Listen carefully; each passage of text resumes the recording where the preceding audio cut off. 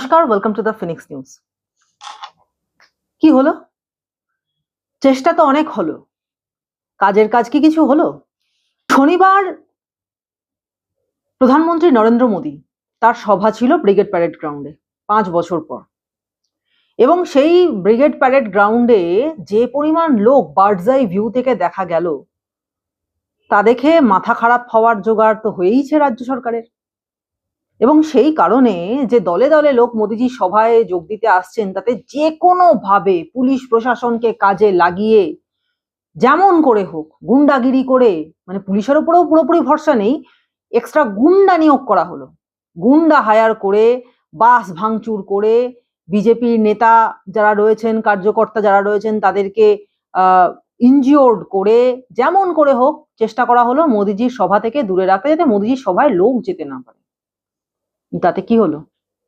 Brigade parade গ্রাউন্ডে ঠিক ঠিকে ভিড়, এবং সেই ভিড় থেকে দেশের প্রধানমন্ত্রী নরেন্দ্র মোদী তিনি পরিষ্কার যা বার্তা দেওয়ার দিয়ে গেলেন, সাধারণ মানুষকে জোট বাঁধতে বলে গেলেন, এবং একই সঙ্গে মুখ্যমন্ত্রীর বিভিন্ন উল্টো পাল্টা কথার কড়া জবাবও দিয়ে গেলেন। टीएमसी सरकार गुंडों और अपराधियों की बैसाखी पर चलती है। रंगबाजी और कटमनी ये टीएमसी की कमाई का जरिया है।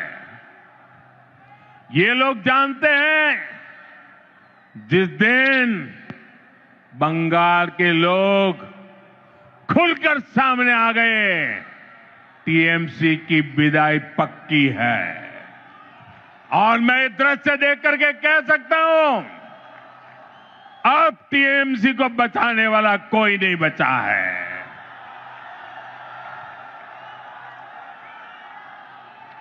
इसलिए ये बंगाल के आप लोगों को डरा धमका कर रखना चाहते हैं। इसके लिए टीएमसी वाले माफिया गिरोहों को पालते हैं, ये कट्टरपंथियों को संरक्षण देते हैं, और ऐसे गिरोहों की ताकत बढ़ाने के लिए घुसपैठियों को बुलाते हैं। घुसपैठियों को, साथियों, ये टीएमसी मां माटी मानुष के नारे पे सत्ता में आई थी।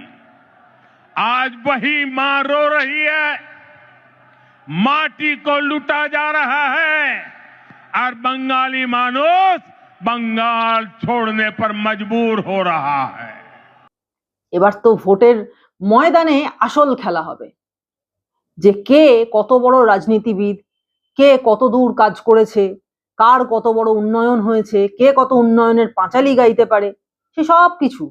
এবং এই জন্য এক শ্রেণীর মিডিয়াকে একেবারে নির্লজ্জের মতো লেলিয়ে দেওয়া হলো যে এদের বিরুদ্ধে খবর করতে হবে। অর্থাৎ ব্রিগেডের জনসভাতে, ব্রিগেডের যে মোদিজির সভা, সেই সভায় কি কি নেগেটিভিটি আছে, সেই নেগেটিভিটি তুলে ধরো লোকের সামনে। তার জন্য যদি এআই এর হেল্প নিতে হয় তাও নাও, কিন্তু যে কোনো ভাবে বদনাম করো।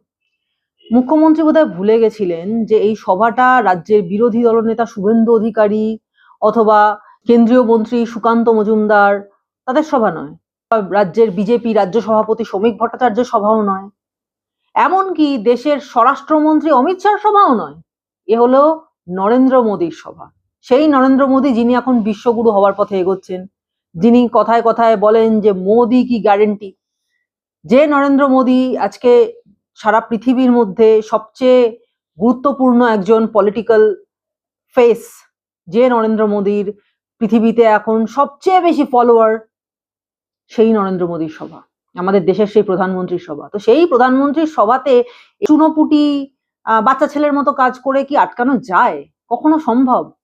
যদি আজকে দেশের স্বরাষ্ট্রমন্ত্রী মনে করতেন যে কোনো ভাবে বিষয়টাকে স্ট্রিক্টলি মোদিজির সভাকে ঠিকভাবে করানো হবে, তাহলে এই পুলিশ টুলিশ দিয়ে কিছুই করা যেত না। কিন্তু তারা সময় নিয়েছেন, তারা শুধরানোর অবসর দিয়েছেন, এবং বারে বারে তারা রাজ্যের সম্মান রক্ষা করেছেন। কিন্তু মুখ্যমন্ত্রী কি কখনো সেই সম্মান রক্ষা করেন?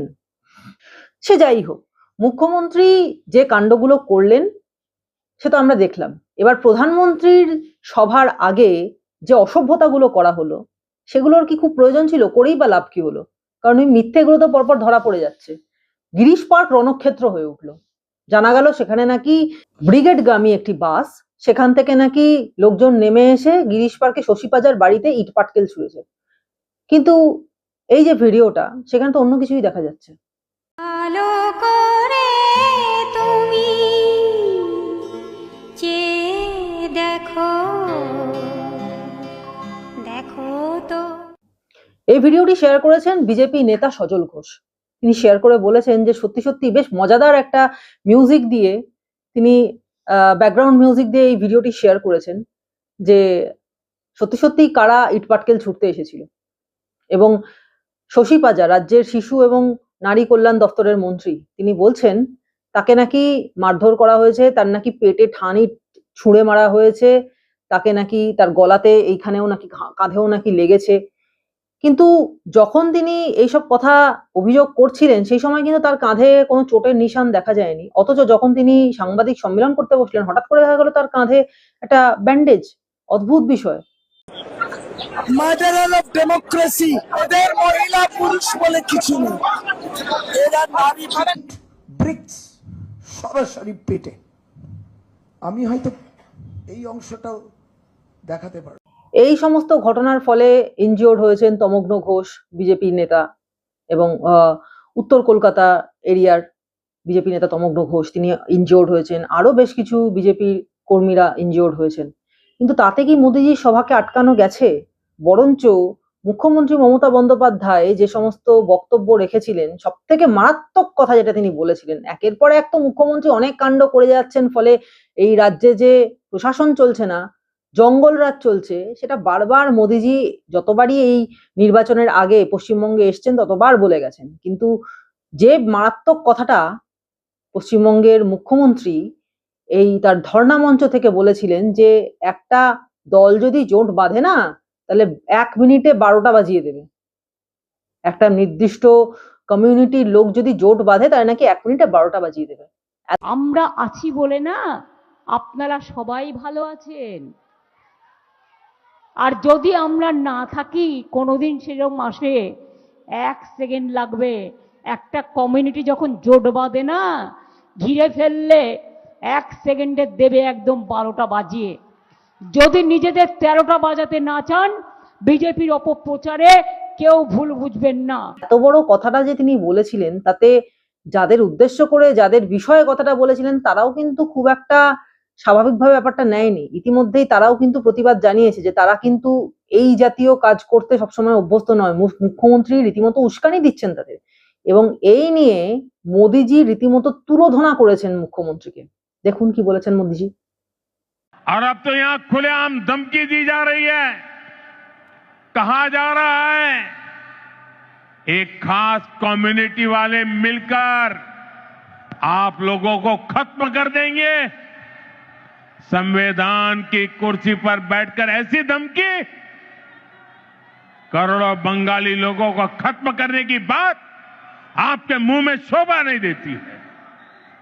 मैं पूछना चाहता हूं, वो कौन लोग हैं जो टीएमसी सरकार के इशारों पर करोड़ों लोगों को खत्म कर देंगे? साथियों, धमकाने डराने की इस राजनीति को टीएमसी ने इसे अपना हथियार बना लिया। তো মুখ্যমন্ত্রী প্রচুর চেষ্টা করলেন পুলিশ দিয়ে, কারণ এটাও জানা যাচ্ছে যে বিভিন্ন জায়গা থেকে সাধারণ মানুষ যখন আসছিলেন তখন পুলিশ তাদেরকে আটকানোর চেষ্টা করেছে সভায় যাওয়ার থেকে।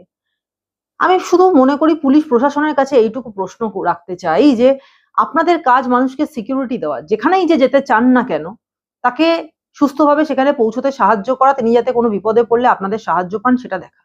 কোন একটা রাজনৈতিক সভাতে যদি কেউ যেতে চান তাকে আটকানোটাও কি আপনাদের ডিউটির মধ্যে পড়ে? যদি পড়ে তাহলে এক কাজ করুন না, পোশাকটা খুলে তাহলে সেই কাজটা করুন। পোশাকের অমর্যাদা করবেন না, কারণ পুলিশের পোশাকটা খুব গর্বের পোশাক। আমাদের অনেকের পরিবারের মানুষ তারা কিন্তু এই পুলিশে চাকরি করেছেন, এর আগে যখন চাকরি করেছেন রীতিমতো গর্বের সঙ্গে চাকরি করেছেন, গর্বের সঙ্গে সেই পোশাকটা গায়ে চড়িয়েছেন। সুতরাং এই পোশাকের এমন অমর্যাদা করবেন না, পোশাকটা খুলে রেখে সিভিল ড্রেসে এই সমস্ত কাণ্ড করুন। কি প্রয়োজন পুলিশের পোশাক পরে পোশাকটার অমর্যাদা করা? তার চাইতে গুন্ডামি করুন, মাস্তানি করুন, কিন্তু পোশাকটা ছেড়ে দিয়ে সরকারি টাকাই নিন না। সরকারি টাকায় পোশাক গুন্ডা হয়তো আপনারা, সেখানে দাঁড়িয়ে এইসব মাস্তানি করে কি কোনো লাভ হলো? মানুষের যা পৌঁছানোর তারা পৌঁছেই গেলেন। ব্রিগেডের জনসভা উত্তাল হয়ে উঠেছিল মোদিজির আগমনে, এবং মোদিজি যখন তার সভায় বক্তৃতা রাখলেন, একের পর এক রাজ্যের বিভিন্ন সমস্যা নিয়ে প্রশ্ন তুললেন, রাজ্য সরকারকে তুলোধনা করলেন এবং জোট বাঁধার জন্য আহ্বান করলেন, তখন দেখেছেন গর্জন কাকে বলে? জনগর্জন। এটাকে জনগর্জন বলে। এই যে পরিবর্তন সংকল্প যাত্রা হলো, তার সমাপ্তি অনুষ্ঠানেই এসেছিলেন মোদিজি এবং তার সূচনা করে গেলেন। এবার তো চলে এলো ভোট, ভোটের নির্ঘণ্ট ঘোষণা হলো রবিবার। তো সেই ভোটের নির্ঘণ্টের হিসেবে মুখ্য উন্নয়নের পাঁচালি গিয়ে কেন শোনাতে হচ্ছে? তার কারণ আর তো বেশি দিন নেই, মাত্র একটা মাস মাঝখানে আর একটা মাসও নেই, তার চেয়েও কম সময়। একটা মাস পরেই ভোট, এই মাসটা শেষ হলেই ভোট, এই মাসটা তো মাঝামাঝি এসেই গেল। পারবেন তো বৈতরণী পার হতে? চেষ্টা চালিয়ে যান, চেষ্টার বিকল্প হয় না।